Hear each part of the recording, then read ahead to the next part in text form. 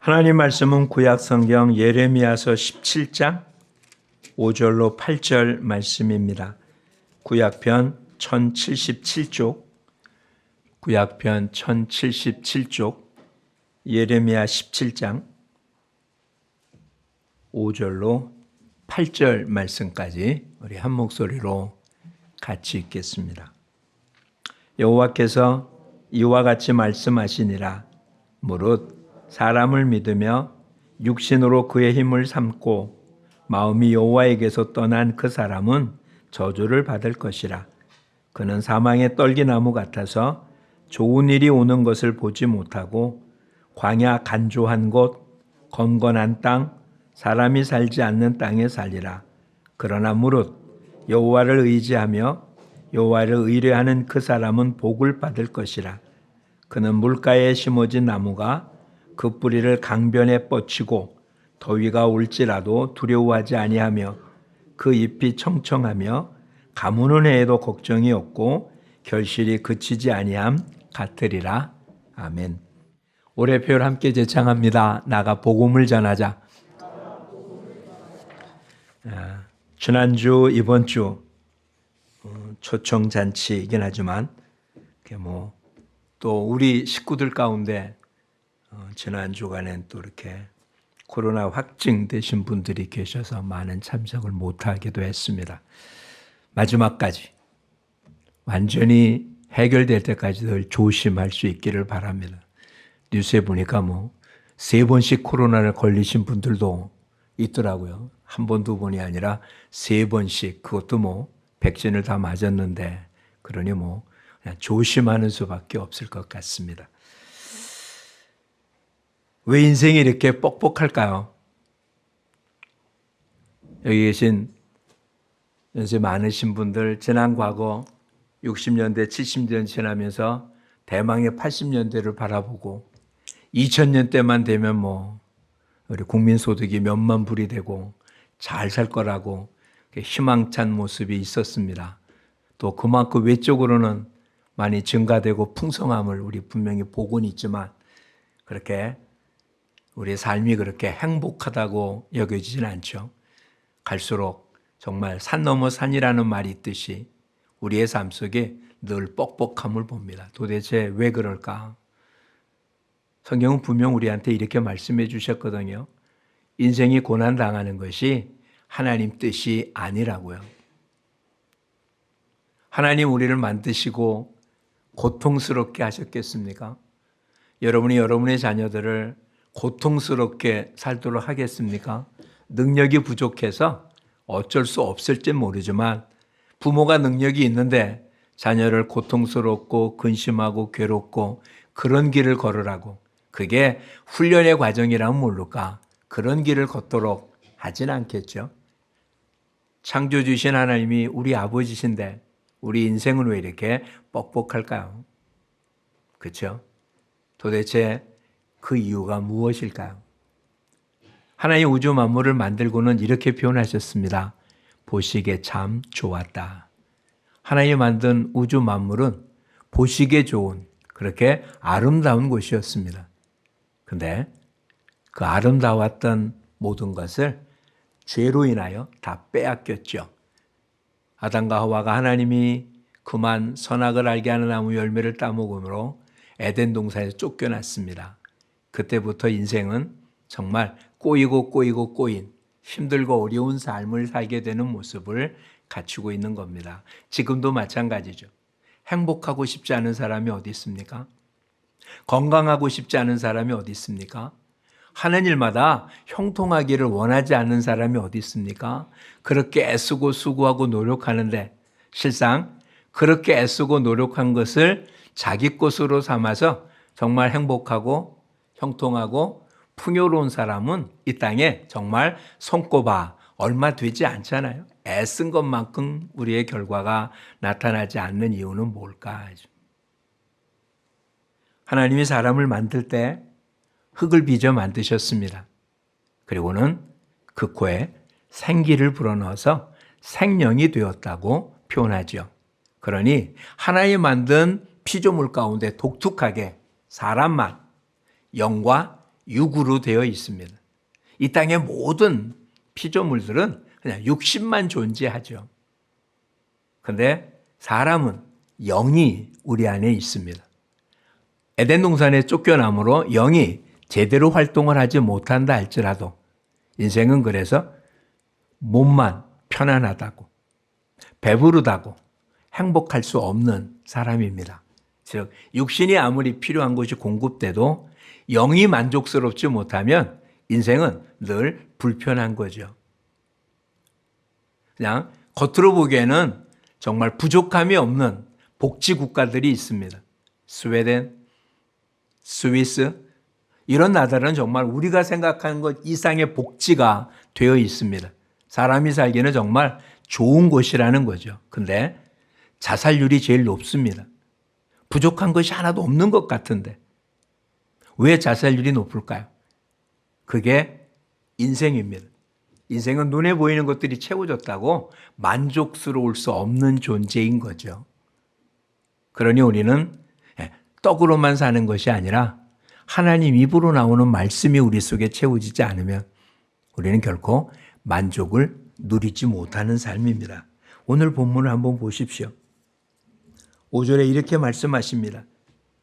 사람을 믿으며 육신으로 그 힘을 삼고 마음이 여호와에게서 떠난 그 사람은 저주를 받을 것인데 사막의 떨기나무 같아서 좋은 일이 오는 것을 보지 못하고 광야 간조한 곳 건건한 땅 사람이 살지 않는 땅에 살리라.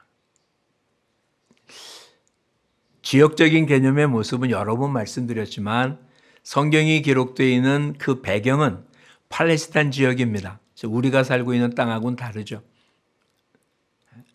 우리나라도 나무들을 빼서 불로 쓰고 해서 우리가 거의 정말 민둥산이었을 때가 있었잖아요. 전 세계에서 놀란 산림 녹화를 이렇게 한 나라는 전 세계 우리나라밖에 없답니다. 어쨌든 산에 나무가 없어가지고 물 어려울 때 비가 오면 홍수였고 아니면 가뭄 들어서 힘들어하던 70년대 이스라엘의 학자를 한국에 초청했습니다. 그랬더니 한국 도착해서 일주일 만에 한국은 해줄 게 없다고 돌아갔습니다. 비가 많이 오고 지하수가 넉넉한데 물 갖고 고민한다는 건 말이 안 된다고요. 팔레스타인 지역은 우기와 건기가 나누어져 있습니다. 우리가 생각하는 겨울이 거기는 우기고 우리가 말하는 여름이 거기는 건기입니다.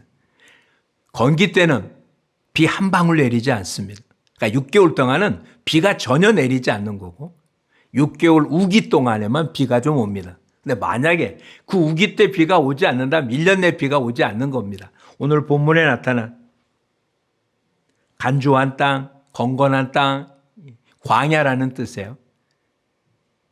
어찌 보면 그냥 풀 한 폭이 없는 사막하고는 조금 다르지만 그냥 벌려진, 우리로 얘기하면 그냥 버려진 땅처럼 나무 한 그루 없는 그런 땅입니다. 어찌 보면 우리 인생이 지금 그런 모습 아닐까요? 아무리 애썼는데 비가 내리지 않아서 아무것도 할 수 없었다. 옛날 천수답일 때 그러지 않았습니까? 비 오지 않으면 농사 짓지 못하다. 우리 인생이 그런 이유가 오늘 본문에 뭐라고요? 사람을 믿고 육신으로 자신의 힘만 의존하고 살 땐 이렇게 광야와 같은 삶을 살 수밖에 없다고 그렇게 말하고 있습니다. 과학이 엄청 발달돼서 모든 걸 다 알 수 있는 것 같아도 사람한테 꼭 필요한 혈액을 만들지 못합니다.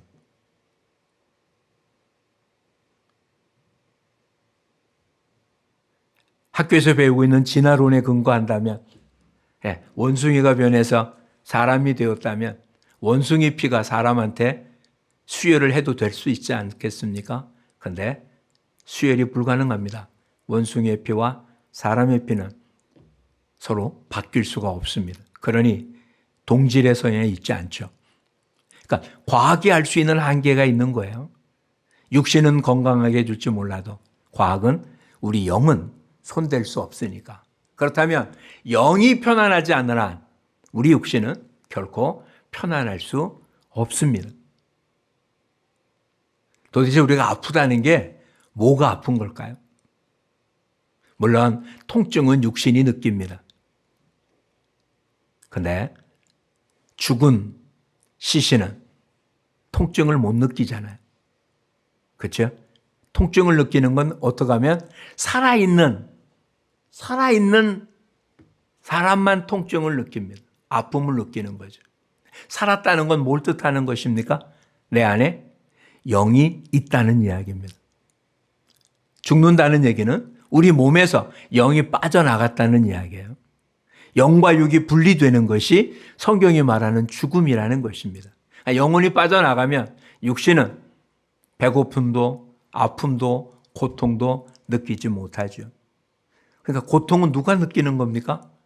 그냥 육신이 아니라 영이 있는 육신이 고통을 느끼는 겁니다. 그러니 영이 만족하지 않으면, 영이 평안하지 않으면 육신은 절대로 평안할 수가 없는 거죠. 그런데 오늘 본문에 그 영이 편안할 수 있는 방법을 알려줍니다. 7절을 한번 같이 읽어보겠습니다. 무릇 여호와를 의지하며 여호와를 의뢰하는 그 사람은 복을 받을 것이라. 어떤 복을 받냐니까 8절에 나오네요. 물가에 심어진 나무. 이스라엘은 시내가 없습니다. 강이 없어요. 비가 안 오니까. 평소에는 마른 강이고요. 비가 와야만 물이 흐릅니다. 비 오지 않는 한은 물이 없어요. 그래도 지하수가 아주 없는 건 아닙니다. 근데 겉은 하나도 없죠. 역시 시냇가에 심어진 나무, 물가에 심어진 나무라는 게 우리처럼 시냇물이 흐르는 옆에 나무가 심어진 건 아니고요. 시내는 시내인데 평소에는 물이 흐르지 않는 시내입니다. 간천이라고 그러죠. 근데 간천의 특징은 가뭄에 겉에는 물이 없어도 시냇물이 흘렀던 시내에는 비록 위가 완전히 말랐어도 그 밑에는 지하수가 있습니다. 그래서 이 간천이 있는 끝에는 나무들이 있고 풀이 자랍니다. 건기에도. 그런데 오늘 하나님을 일하는 자는 어디에 심겨진 나무 같다고요? 물가에 심겨진 나무 같대요. 하나님을 믿고 따르는 사람은 경제적 곤란을 안 당할까요? 코로나19가 비껴갈까요? 질병이나 이런 모든 것에서 벗어날까요? 아니요. 가뭄이 들면 같이 가뭄이 들고요. 고통스러울 때 같이 고통스럽습니다. 건기 때는 하나님을 믿는 사람이라 할지라도 고통스럽기는 마찬가지입니다. 근데 문제는 뿌리가 어떻게 있다고요? 뿌리가 강변에 뻗쳐서 아무리 비가 안 내려도 뿌리가 물가에 닿기 때문에 빨아 올려서 어떻게 한다고요? 더위가 올지라도 두려워하지 않고 그 잎이 청청하며 가무는 해도 가물어도 즉 우기 때 비가 안 와도 걱정이 없대요. 그리고 결실을 맺는다. 예수 그리스도를 믿는 사람은 물가에 심어진 나무 같다고요. 우리 인생은 이스라엘 지역처럼 정확하게 언제부터 언제까지가 우기, 언제부터 언제까지가 건기 이렇게 구별되지 않습니다.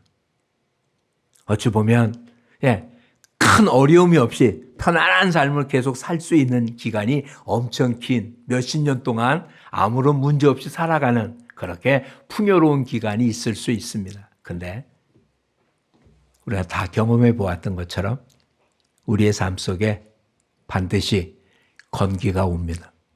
힘들고 어렵고 고통스러운 기간이 옵니다. 요새 많으신 분들은 지나가고 원치 않았어도 6.25라는 엄청난 전쟁을 경험하기도 하지 않으셨습니까?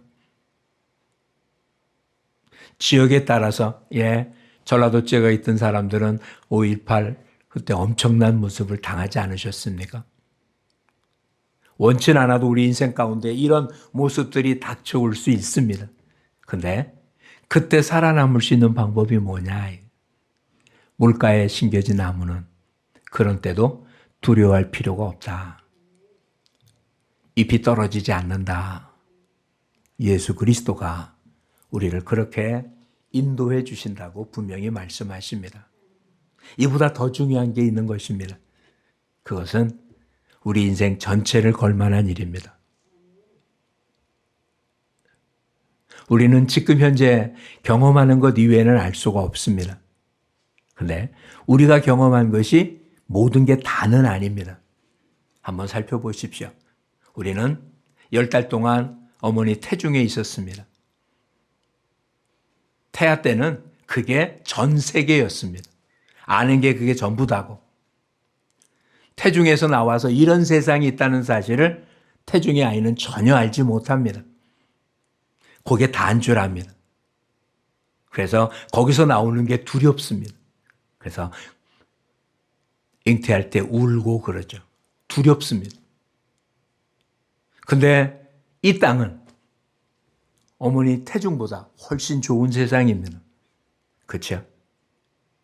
이 땅에 살고 있는 우리는 태중에 있었을 때와 똑같이 지금 눈에 보이는 이것밖에는 모릅니다. 이 다음 세계가 있다는 사실을 이 안에서는 전혀 인식할 수가 없습니다. 그렇죠? 태중에 있는 아이가 이런 세상에 있는 걸 모르는 것처럼 이 세상에 있는 우리들은 이 다음 세계가 어떤지 우리로서는 알 수 없습니다. 성경이 우리한테 알려주지 않았다면 그런 세상이 있는지는 전혀 알지 못합니다. 근데 그 세상은 반드시 있습니다. 성경은 우리한테 이렇게 말합니다. 한 번 죽는 건 사람에게 정해진 거라고. 그렇죠? 우리 안에 죽지 않는 사람 없잖아요. 근데 죽음이 끝이 아니라 죽은 다음에 심판이 있다고요. 그 심판의 결과가 영원한 천국과 영원한 지옥이라는 것입니다. 이 땅에선 편안할 수 있지만 영원한 지옥이라면 그것은 정말 억울한 삶 아니겠어요? 비록 이 땅에서 좀 힘들 수 있을지 몰라도 영원한 천국이 기다린다면 얼마든지 참고 견딜 수 있지 않습니까? 우리 모두 예수 믿고 산다는 게 이 땅에서 잘 먹고 잘 살자는 이야기가 아닙니다. 솔직하게 우리 주변에는 예수 안 믿는 사람이 더 잘 삽니다. 그렇죠?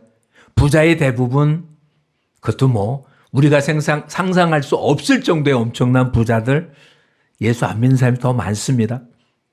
권력을 가진 사람들 예수 안 믿는 사람이 훨씬 더 많습니다. 대를 물려가면서 그 권한을 누리고 있는 사람들도 수없이 많습니다. 그런데 살아있는 동안이 다잖아요. 그 다음에 영원한 세계가 있다면 그땐 어떻게 준비하시겠습니까? 지금이 바로 그런 영생을 준비하는 가장 좋은 때입니다. 인생의 형통은 내가 지금 어디에 심겨져 있느냐는 거죠. 지금 눈에 보기 좋은 데 심은 게 아니라 물가에 심겨져야 됩니다.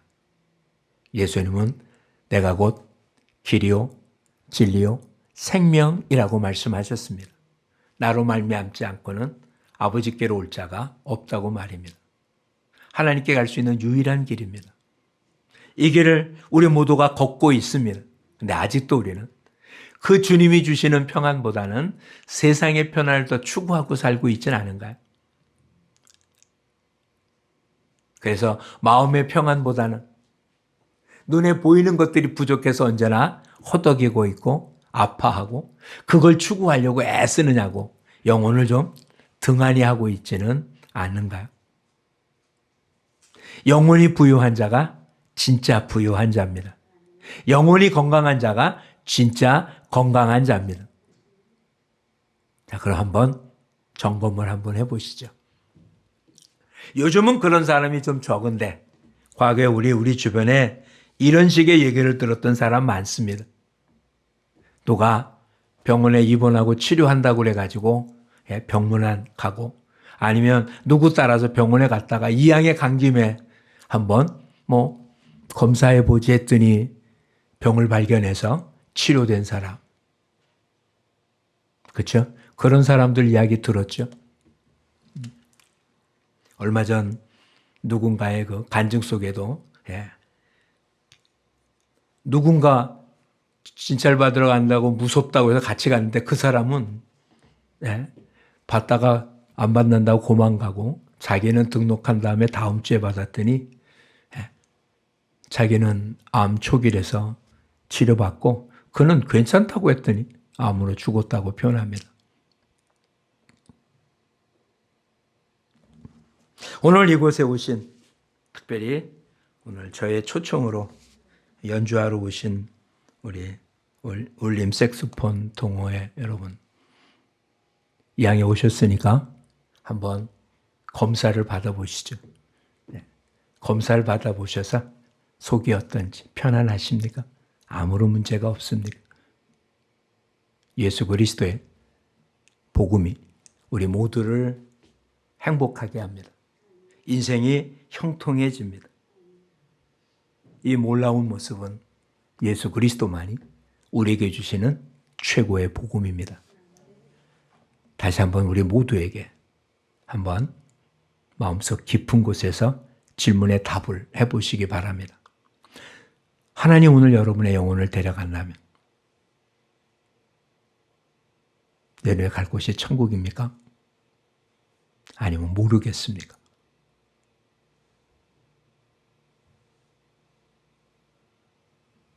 많은 전도자들이 말을 합니다. 전도하면서 만났던 많은 사람들, 교회 다닌다고 하는데 천국 갈 수 있는 확신이 없는 사람이 더 많더라라는 이야기를 듣습니다. 여러분은 어떠십니까? 여러분 오늘 밤 죽는다면 천국에 있을 그런 확신이 있으십니까? 그 확신이 없다면 신앙생활하는 게 무슨 의미가 있겠습니까? 죽어봐야 알겠다면 뭐하러 신앙생활 합니까? 그렇죠? 의로운 삶을 산다고 천국 가는 거 아닙니다. 예수 그리스도를 믿기 때문에 가는 겁니다. 단 믿는다는 게 동의한다는 게 아니라 그와 같은 삶을 산다는 것입니다. 그래 이제 우리 정말 구원의 확신 속에서 예수님을 닮아가고 다른 모든 사람들에게 이 사실을 알려주는, 다시 말씀드리면 행복하지 못한 사람들에게 진짜 행복의 길을 보여주는, 형통하지 못한 사람들에게 진짜 형통의 길을 보여주는 그런 삶을 사는 저와 여러분이 되기를 축복합니다. 우린 지금 두 번째 삶을 삽니다. 그렇죠? 어머니 태중에 있었던 태생을 살았고요. 지금 일생을 살고 있습니다. 여러 번 말씀드렸죠? 태생에 있는 동안 많은 훈련을 합니다. 그렇죠? 우리 남자들은 모르는데 우리 어머니들은 알잖아요. 뭐 발로 찬다고 그러죠? 그렇죠? 태아가 발로 찬다고. 즉 태아는 태중에서 아무것도 하는 게 아니라 열심히 운동을 합니다. 그 운동 중에 최고의 운동이 뭔지 아십니까? 손가락을 빠는 것입니다. 아이는 태중에서 손가락을 빨기 때문에 태어나자마자 엄마 젖을 빨 수 있습니다. 엄마 젖을 빠는 게 본능이 아닙니다. 훈련된 것입니다. 만약에 태중에서 엄마 젖, 자기 손가락을 빨지 않았던 아이라면 태어나서 젖 빠는 법을 모릅니다. 그러니까 이 땅을 살 수 있는 방법은 언제 배웠습니까? 태중에서. 가장 중요한 거잖아요. 태중에서는 숨도 쉬지 않습니다. 숨 쉴 필요가 없죠. 태어나자마자 숨을 쉬게 됩니다. 근데 그 모든 걸 태중에서 연습하는 것입니다. 그렇다면 이 다음 세계는 살아있는 지금 준비되지 않은 한 그곳에 가서 아무것도 할 수 없는 것입니다. 그러니 지금이 이 다음 세계를 위해서 준비한 유일한 시간입니다. 우리한테는 내일을 준 적이 없습니다. 우리한테는 오늘밖에 준 적이 없습니다. 오늘이 계속 연장되는 거죠. 그렇죠? 내일은 나한테 오지 않은 시간이잖아요. 그냥 우스갯소리 한번 할게요. 예전에 들었던 이야기입니다. 이발소에 갔더니 뭐라고 써 있더라고요? 내일은 반값. 그래서 이발하러 갔다가 안 하고 다음날 갔습니다. 그럼 머리를 하고 반값만 내려고 했더니 아니요, 다 받을 거예요. 무슨 소리냐? 어저께 내일은 반값이라고 하지 않았냐? 다시 보여줍니다. 뭐라고 써 있었을까요? 내일은 반값이에요. 내일은 반값. 날짜가 안 써 있어요. 내일은 반값. 그러니 그날도 전부 다 받았죠. 내일은 오지 않습니다. 우리는 그냥 오늘만 살잖아요. 오늘 영생을 준비하시기 바랍니다. 오늘 천국의 삶을 준비하는 겁니다. 오늘 주 안에서 형통하기를 축복합니다. 건조한 땅, 간간한 땅, 사람이 살지 못하는 땅에 사는 이유는 내 힘으로 살려고 했기 때문이라고 성경은 분명히 말합니다. 하나님을 의존하십시오. 예수님을 신뢰하십시오. 그에게 우리의 삶을 맡기십시오. 그가 우리의 삶 속에 어떤 가뭄이 온다 할지라도 두려워하지 않고 잎이 청청하며 가뭄은 해도 걱정 없이 결실을 거두게 해 주실 것입니다. 그 주님이 저와 여러분을 끔찍이 사랑하십니다. 그 주님과 함께 이 땅에서 살다 주님 우리를 부를 때 영원한 천국에서 함께 기쁨을 나누는 우리 모두가 되기를 축복합니다. 여러분의 가족들이 어떻습니까? 그들도 함께 천국에 있겠습니까? 그들이 천국 갈 수 있는 길은 그들에도 역시 이 예수 그리스도를 전해주는 것 이외에 다른 것은 없습니다. 그러나 우리는 마지막까지 예수님을 전하는 삶을 통해서 하나님께 영광을 돌리기를 축복합니다. 인생의 형통은 예수님을 만나는 것입니다. 기도하겠습니다. 고맙습니다, 주님. 영원한 형벌, 에덴에서 쫓겨난 우리들, 그래도 우리를 버리지 아니하시고 우리에게 찾아오시며 우리를 사랑하시고 우리의 죄를 대신하여 십자가를 지셔서 우리 죄를 해결해 주시고 그분을 믿고 따르기만 하면 영생을 허락해 주신 주님 고맙습니다. 인생이 힘들고 어렵고 고통스러운 이유는 인생의 주인이 내가 아닌 우리를 만드신 하나님이신데 내가 원하는 대로 내 마음대로 살았기에 이렇듯 가뭄을 만나고 건조한 땅에 그렇게 살아갈 수밖에 없는 저희들입니다. 하나님을 의존하면 주님께서 이런 가뭄에도 두려움할 것이 없고 그 잎사귀가 마르지 않고 시절을 쫓아 과실을 맺는 풍성함을 허락해 주셨기에 인생의 형통함이 여호와와 함께하는 예수 그리스도와 함께하는 삶이 영원한 천국을 소망하며 사는 것임을 이제 깨닫사오니 아버지 믿음을 갖고 있는 자가 아니라 믿음으로 사는 자들이 되게 하여 주시옵소서. 예수님 이름으로 기도합니다. 아멘.